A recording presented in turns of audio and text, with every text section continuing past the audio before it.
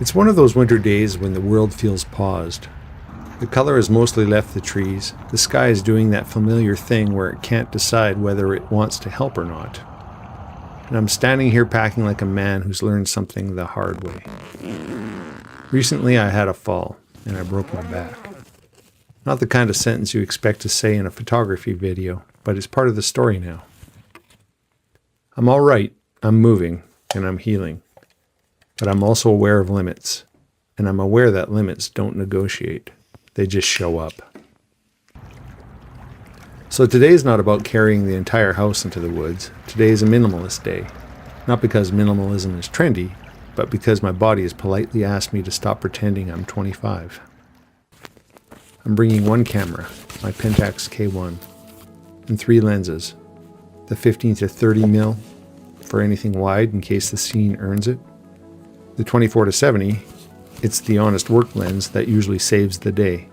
And 100mm macro, because winter often hides its best subjects in the smallest places.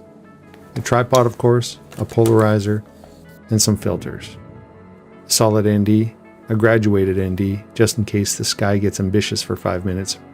But that's it. No extras, no backup for the backup, no pack full of maybe, just the essentials, and a promise to myself that I'll listen to my back if it's time to say stop. This is also tied to something bigger. I've been thinking about downsizing my camera gear before my trip to Vietnam. And I don't mean in a dramatic way, sell everything, rebirth my soul kind of way. I mean in a practical way.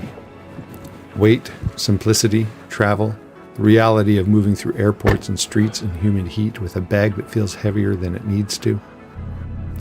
Part of me loves the idea of a smaller setup. Part of me does not want to let go of a system I know inside and out. So I'm holding on to both ideas at the same time. The urge to simplify and the stubborn loyalty to what already works. Today's a good test. Not a heroic test, not a macho test, just a simple question. Can I walk with a small kit and still come home with photographs that feel alive? Even when it's winter.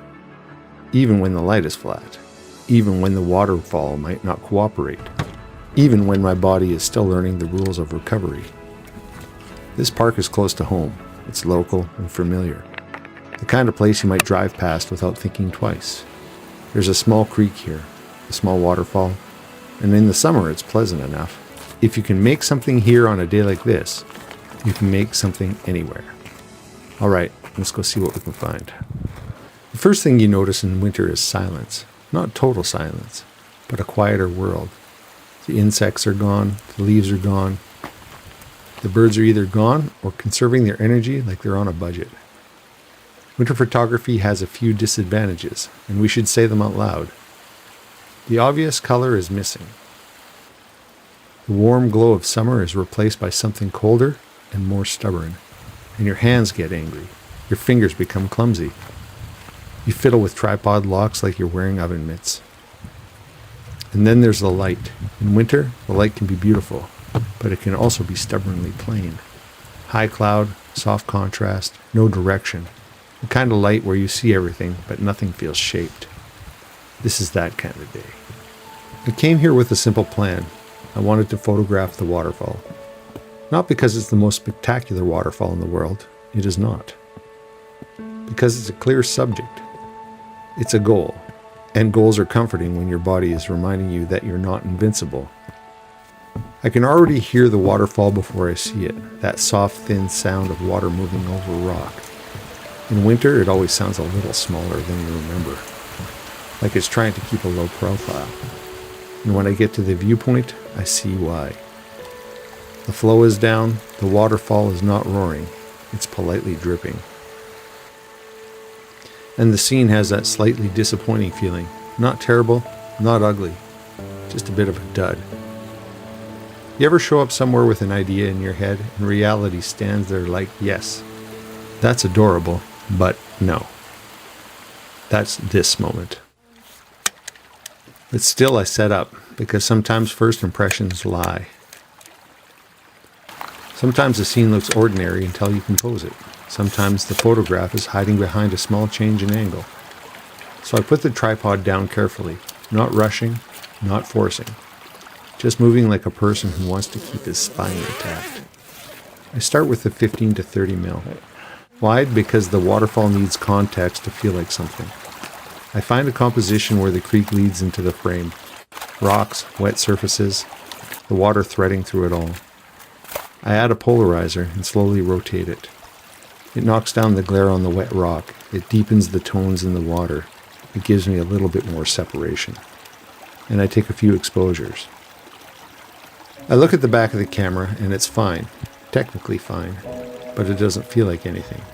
The waterfall is small, which would be fine if the rest of the scene supported it, but everything's muted.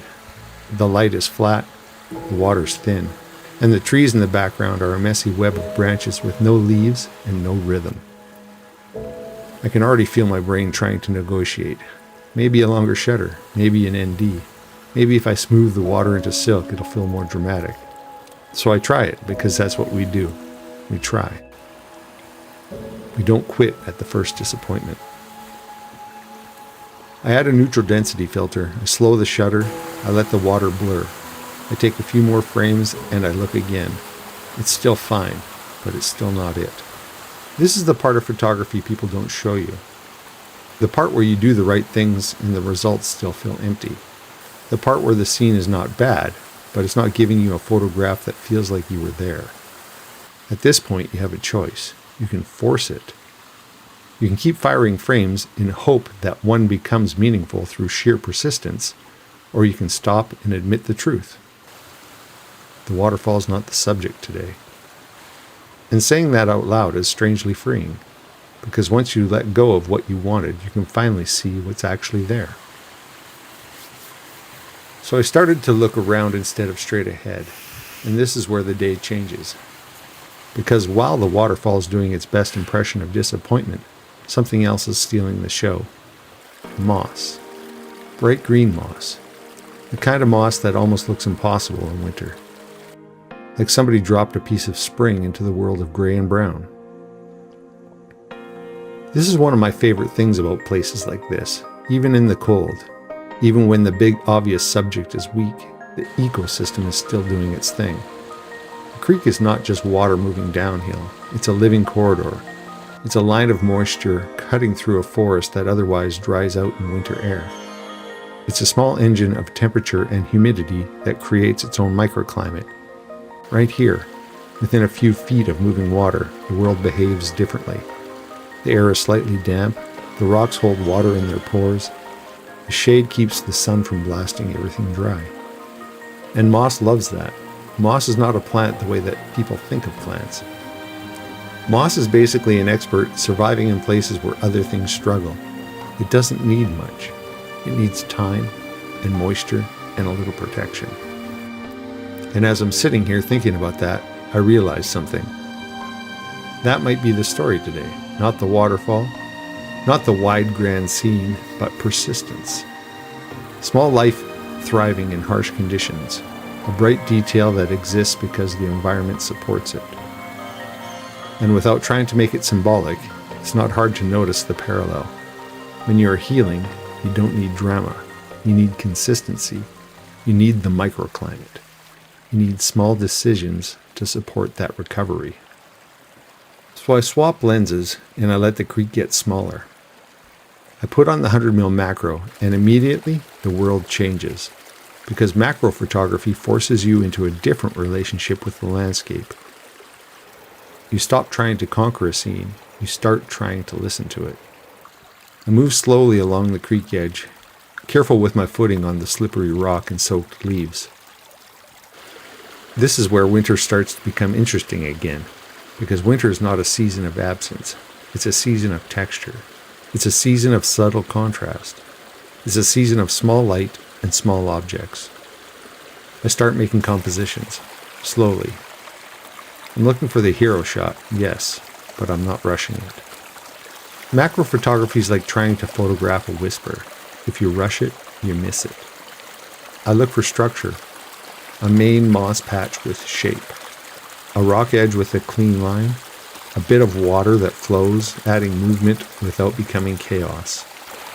I adjust, a few inches left, a little lower, rotate the camera, raise the tripod, lower the tripod, and I take a few test frames.